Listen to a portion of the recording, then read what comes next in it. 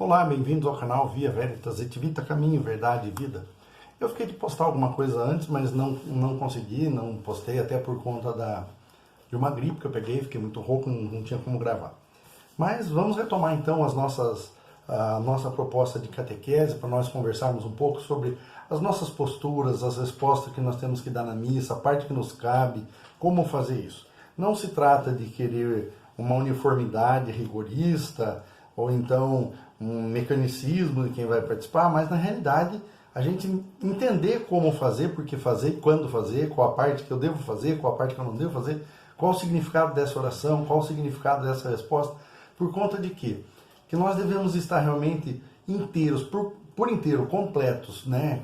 Atenção, vontade, sentimento, tudo voltado naquele momento para o sacrifício que Jesus vai realizar no altar, mais uma vez por conta da nossa salvação.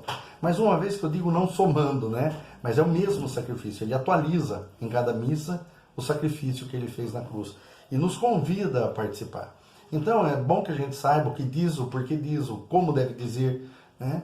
E uma série de outras posturas que a gente desconhece, ou não sabe, ou esqueceu, ou simplesmente não liga mesmo, porque tem isso também, né? Alguns sacerdotes que fazem oração do Pai Nosso rezam errado, Salve Rainha, rezam errado. Isso a gente vê na televisão, a gente vê em programas de televisão, de emissoras católicas, de grupos católicos, quer dizer, não é uma coisa assim reservada aqui, que eu estou falando desse ou daquele.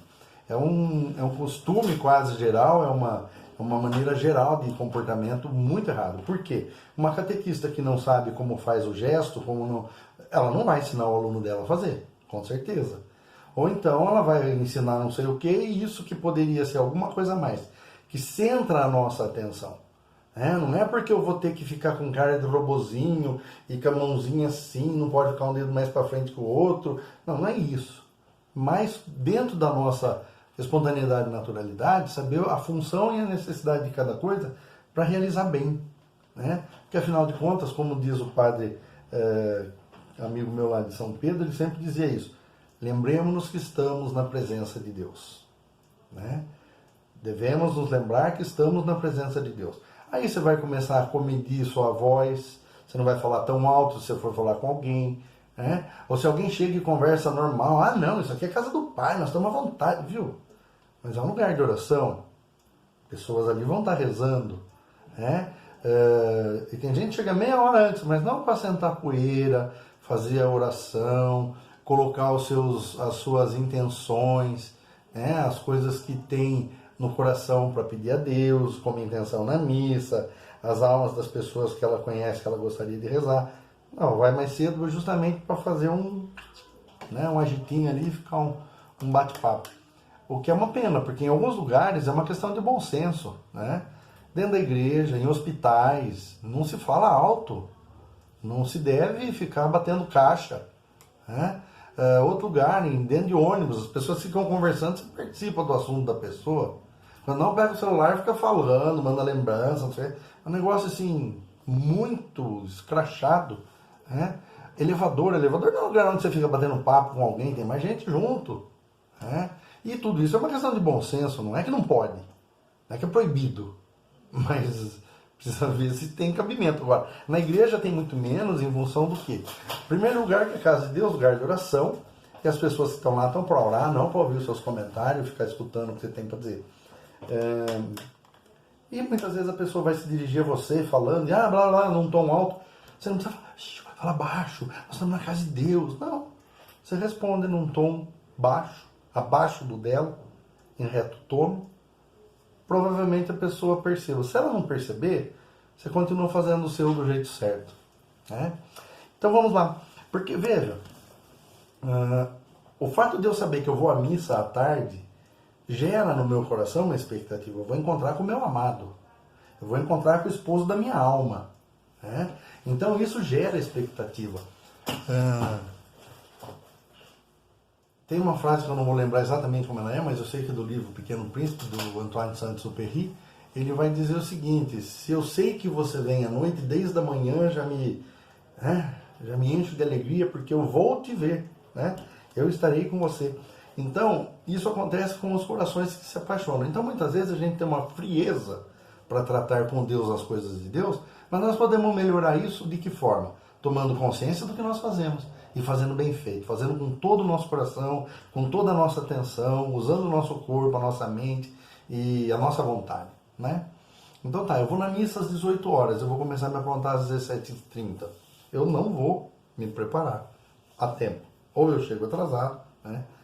E perco a hora da missa. E tem gente que não liga, né? Só que o mandamento da igreja diz participar de missas inteiras aos domingos, feriados e dias santos de culto, né? Se não é mandamento, é sugestão, né? E isso é mas normalmente em qualquer mandamento, tanto de Deus quanto os mandamentos da igreja, a maior parte das pessoas, por conta do relativismo que a gente vive, vão fazer do jeito que elas acham melhor, do jeito delas. Não precisa ser assim, tão rigoroso. Esses dias alguém me falou, não, é que você pega a palavra e você fala, é isso aqui, nossa, isso é muito forte, não pode. Então a gente tem que passar um sabãozinho. Hoje, dia 29 de agosto de 2019, a igreja celebra o martírio, né? A morte de São João Batista. Ele perdeu a cabeça justamente por falar a verdade. Ele disse para Herodes, não te é lícito estar com a mulher do teu irmão, vocês estão em adultério. A Herodíades ficou muito brava, mandou... Aí teve aquela história que a filha dela dançou no aniversário dele, e ele prometeu que ela quisesse mesmo a metade do reino. A menina foi lá e falou, mãe, o que eu peço? Falou, peça a cabeça de João Batista numa bandeja. Aí o cara não podia falar nada, porque ele falou na frente de todo mundo, mandou cortar a cabeça de João Batista e deu para a moça, que levou lá para a mãe dela. Aí ela ia fazer a cabeça de João Batista, porque ela continuou sendo adúltera, né? Mas tem gente que não gosta, não suporta a verdade. E a palavra de Deus é muito clara, gente. Estou falando de coisas mínimas, basicíssimas, basilar mesmo, né? Bem no básico. De comportamento, de gestos, como são os gestos que nós fazemos. Porque tem gente que vai na missa e faz o nome do Pai que nem jogador de futebol, sabe? Nem sabe o que está falando, ou o que está fazendo, né? Mas tudo isso tem um significado, pô. Vamos dar o significado que tem e viver de acordo com o significado para que tenha importância para mim e eu possa me preencher dessa graça que eu vou, da missa que eu vou participar. É comum escutar pessoas dizerem assim, a missa é tudo igual, você vai lá, é a mesma coisa. Eu não consigo ver a mesma coisa na missa. Eu não consigo ver. Mas eu tive que aprender, porque eu também não sabia. Então, por exemplo, um gesto comum de quando a gente entra na igreja é fazer genuflexão. Genuflexionar é flexionar o joelho, o geno. E a pessoa, hoje em dia ninguém mais observa isso, não sei se foi abolido, mas até onde eu sei, quando você vai fazer uma genuflexão, você coloca o seu joelho direito no chão. Você vê padre, catequista, quem for, passa lá, bota o joelho esquerdo ou direito, tanto faz. Tudo bem, você vai falar para mim, não, o meu joelho não dobra, eu não tenho dobradiça no meu joelho. Tá bom, não precisa dobrar. Eu não posso dobrar porque eu tenho artrose, eu tenho prótese no joelho, não precisa dobrar. Mas eu consigo pôr o esquerdo, põe o esquerdo. Não consigo pôr nenhum, não põe nenhum, mas dobra o coração. Só que, se for fazer, faça o certo. A persignação, que seria a gente se benzer, né? O nome do Pai, como dizem, né? Em nome do Pai, e do Filho, e do Espírito Santo. Testa, coração, ombro esquerdo e ombro direito. Mas isso tanto faz. Então tá, vamos começar daqui para lá. Vamos começar invertido, então, pronto. Então percebe como não é de máxima importância, mas se torna relaxo quando não se observa? Vamos aproveitar, a gente faz só assim, daqui a gente já faz assim com a outra mão, assim usa as duas mãos, é mais rápido. Mas é em nome do Pai, e do Filho, e do Espírito Santo. É assim que se faz. Na igreja oriental é justamente o contrário. É com a mão esquerda, eles normalmente passam a mão no chão, com os 3 dedos juntos assim, eles passam a mão no chão, em nome do Pai, e do Filho, e do Espírito Santo. Eles fazem com a mão esquerda e o inverso nosso. Lá ninguém vai fazer diferente. Por quê? Porque eles aprenderam e usam. Porque a igreja é ortodoxa e ela prima por fazer uma boa liturgia. Viver bem a liturgia. Então tá, nós estamos indo para a missa, é bom que a gente chegue antes, procure um lugar para sentar onde a gente fique acomodado, Tem gente que tem cadeira cativa, parece clube de campo, parece campo de futebol, né? Não, sai daí com essa cadeira aqui, ó, minha carteirinha. Minha cadeira é 58, pode sair. Não, tem gente que tem isso dentro da igreja. Só senta ali. Se tiver alguém sentado, emburra, parece criança. Mas tudo bem, você vai procurar um lugar que te apeteça lá, que te agrade, você vai se sentar, né? Agora, existem alguns detalhes. Você está sozinho na igreja? Procure sentar no meio do banco. Porque se chegar uma família com 3, você vai para a ponta, cabe 3, 4. Né? Se chegar 2 pessoas, cabe do lado de cá. Se chegar mais 2, cabe do lado de cá. Agora, quando você senta na ponta do banco, então você tem a atenção de que se for entrar alguém, você fala só um minutinho, você levanta e deixa a pessoa entrar. Porque normalmente aquela coisa que tem de baixar assim para ajoelhar, que chama genuflexório, que o pessoal pensa que é estribo, fica baixado. Né? Então a pessoa tem que passar pisando naquilo, às vezes é senhora, sabe? Passa por cima daquele negócio, tudo torta, para não incomodar, quer dizer. Então você tem a delicadeza de deixar a pessoa entrar e se acomodar e depois você senta. Se a pessoa precisar sair, você vai pedir licença, você vai pedir um minutinho, você levanta, a pessoa sai. Mas fica me incomodando, então senta no meio do banco. Outra coisa, esse lugar que abaixa ali, que o pessoal, algumas igrejas já nem tem mais. E com isso não se dobra mais o joelho na hora da consagração. Mas tem gente que pensa que aquele negócio é estribo, que é o lugar de pôr o pé. Minha perna é curta, então põe ali. Não interessa. Se ele tivesse levantado, você não ia pôr. Né?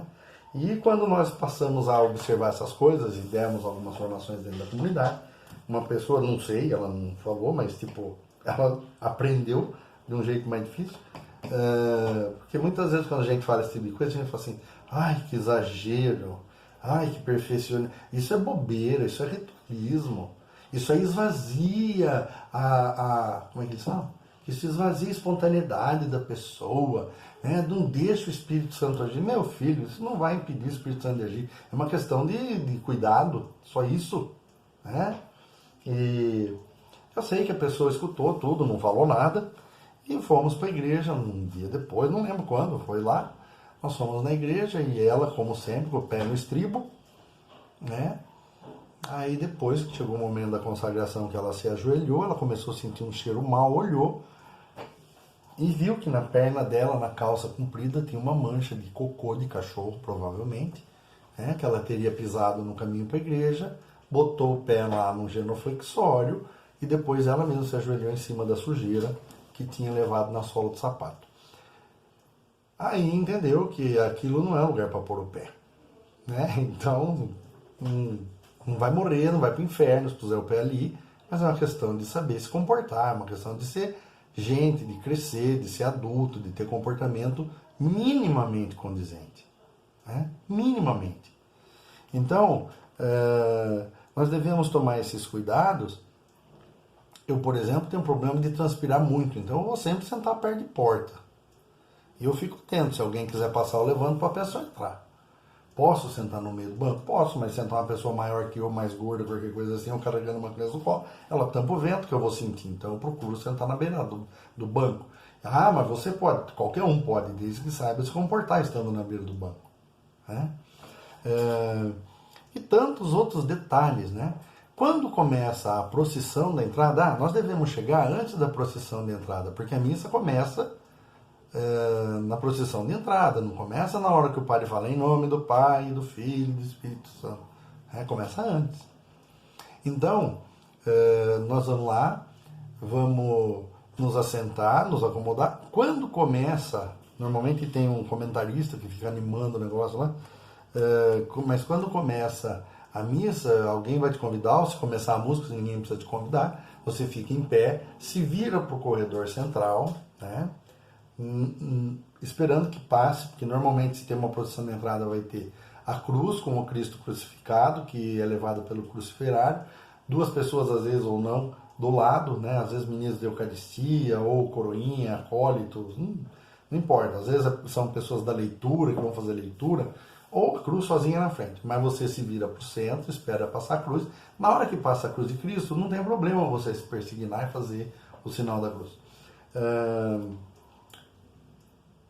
quando você vê, ou quando o sacerdote passa, não se benze, não se faz o nome do Pai, né? Mas você faz um leve gesto de cabeça, que esse gesto, na realidade, ele deveria ser feito ao bispo, quando ele entra na procissão para a celebração. Mas como o sacerdote está ali em nome de Cristo e também do bispo, né, autorizado pelo bispo, a gente faz em reverência ao ministério sacerdotal dele, que na realidade nem é dele, é de Cristo, né?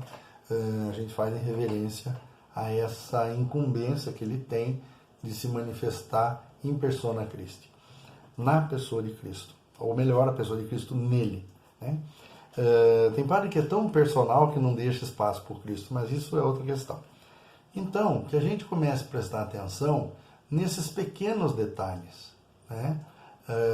No tom que fala dentro da igreja, né? Levanta 50 vezes antes de começar a missa e vai de banco em banco beijando, falando, conversando, perguntando. Não é lugar disso, não é hora disso, né? A igreja é o lugar onde a gente se reúne para adorar, para louvar, para bendizer, para suplicar o amor de Deus que está ali para nos amar. Então tá, nós vamos parando por aqui, senão fica um vídeo muito longo. E eu já devo estar na sequência, gravando para não perder muito onde eu parei e para onde nós vamos, né?